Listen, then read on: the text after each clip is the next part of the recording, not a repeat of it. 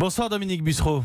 Bonsoir Mathieu Béliard. Territoires unis, les régions, les départements, les communes qui formulent leurs propositions dans le cadre de ce grand débat national. Alors depuis le début de la crise des Gilets jaunes, on a parlé de pouvoir d'achat, de transition énergétique, de transport. En réalité, ce que vous dites, c'est que cette crise, c'est avant tout celle d'une France qui se sent parfois oubliée, parfois téléguidée par Paris. C'est ce que l'on a entendu sur les ronds-points, c'est ce que l'on a entendu dans les revendications des Gilets jaunes, et c'est surtout, si vous voulez, l'idée que les Français se sont fait au fil des mois, qu'il y avait une certaine verticalité, c'est-à-dire que tout partait du président de la République, de son gouvernement, ce qui est logique dans la Ve République, mais qu'on n'écoutait plus les territoires. Donc, comme il y a un grand débat, comme le terme théorique est le 15 mars, nous nous sommes dit, juste avant, le 13 mars, ce mercredi, nous allons proposer une nouvelle phase de décentralisation pour permettre que les territoires soient mieux entendus et qu'ils gèrent eux-mêmes leurs affaires et que l'État se concentre sur ses missions régaliennes les plus importantes. Vous appelez à un nouveau choc de décentralisation et je vous cite, vous fixez des objectifs de décentralisation véritables, garantir la libre administration des collectivités, assurer leur autonomie financière, mettre la commune au centre de la démocratie de proximité, renforcer le rôle des collectivités dans ces politiques publiques, une nouvelle répartition des compétences aussi. Dominique Bussereau, vous faites acte de sécession ? Non, mais vous savez que la Constitution de notre pays dit que la République est décentralisée. Il y a déjà eu 2 grandes phases de décentralisation en France, celle du président Mitterrand, de Pierre Mauroy et de Gaston Defferre en 1982, celle de Jacques Chirac et de Jean-Pierre Raffarin en 2003. Tout ça s'est fait à peu près 20 ans de distance.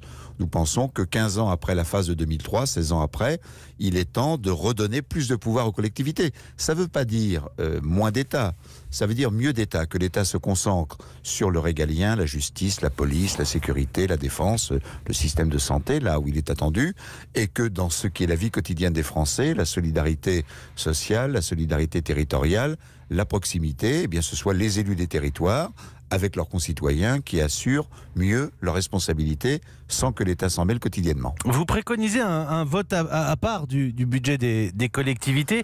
Oui. Et je voudrais aussi attirer l'attention de nos auditeurs sur une de vos propositions, un droit à l'expérimentation, parce qu'on ne fonctionne pas de la même manière nécessairement dans le Pas-de-Calais que dans les Alpes-Maritimes, la possibilité de différencier les territoires.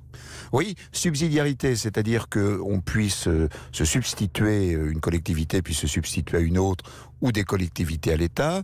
Expérimentation et je dirais droit à l'innovation. Vous savez déjà, dans la France de l'outre-mer, la Polynésie française n'est pas gérée comme la Nouvelle-Calédonie, la Guyane ne l'est pas comme les Antilles, la Réunion et Mayotte c'est encore différent. Donc on a réussi outre-mer, pour répondre aux attentes de nos concitoyens, à faire du sur-mesure institutionnel. Nous pensons qu'on peut gérer les choses différemment. Ça ne veut pas dire que la République n'est plus unitaire, la République reste la République et ça nous y tenons avant tout, mais on essaye de faire les choses différemment dans une zone de montagne, dans une zone littorale, en ruralité, en banlieue. Mais surtout aujourd'hui, vous n'avez pas forcément la possibilité, qu'elle soit juridique ou technique, de faire autrement selon le territoire. Non, nous ne l'avons pas et puis nous sommes soumis à un contrôle de légalité, c'est-à-dire que toute décision des collectivités locales, que ce soit la plus petite des communes, un département, une région, passe un contrôle de légalité à la préfecture. Pensons que ce contrôle de légalité d'ailleurs peut disparaître et que on peut procéder par la manière du rescrit, c'est-à-dire que c'est plutôt la collectivité qui interroge l'État sur la légalité de tel ou tel acte et qu'on peut vraiment simplifier les choses. On a bien entendu dans la crise politique, économique et sociale qui n'est pas encore terminée par ailleurs, que les Français avaient l'impression qu'on leur imposait des solutions et qu'on n'écoutait pas ce qu'ils disaient. Dominique Bussereau, vous représentez les départements qui sont acteurs dans le dossier que je vais évoquer à présent. Et je voudrais aussi rappeler que vous avez été secrétaire d'État au transport. D'un mot, puisque c'est le débat politique en ce moment, votre regard sur la privatisation d'Aéroports de Paris ? Écoutez, je pense qu'elle est indispensable. Non pas qu'Aéroports de Paris soit mal géré. Les équipes d'Aéroports de Paris sont d'une très grande qualité en France et à l'international parce qu'ils gèrent des aéroports dans d'autres pays que le nôtre. Mais honnêtement, ce n'est pas le rôle de l'État d'être chez Air France. Ce n'est pas le rôle de l'État d'être chez Renault. Ce n'est pas le rôle de l'État d'être propriétaire d'ADP. Qu'il donne les règles de sécurité, qu'il donne les règles de sûreté, qu'il s'occupe de ce qui se passe sur les contrôles aux frontières, sur les contrôles de sécurité, y compris des aéronefs, on en parle beaucoup actuellement, c'est très important, mais dans la gestion d'un aéroport qui est une entreprise comme les autres, on peut faire beaucoup mieux. Regardez un grand groupe français comme Vinci, je ne fais pas sa publicité, il gère depuis quelques années les aéroports du Portugal, mais je peux vous dire que tous les Français tous les Européens qui se rendent au Portugal ont vu la différence de qualité entre une gestion publique et une gestion entrepreneuriale. Merci Dominique Bussereau.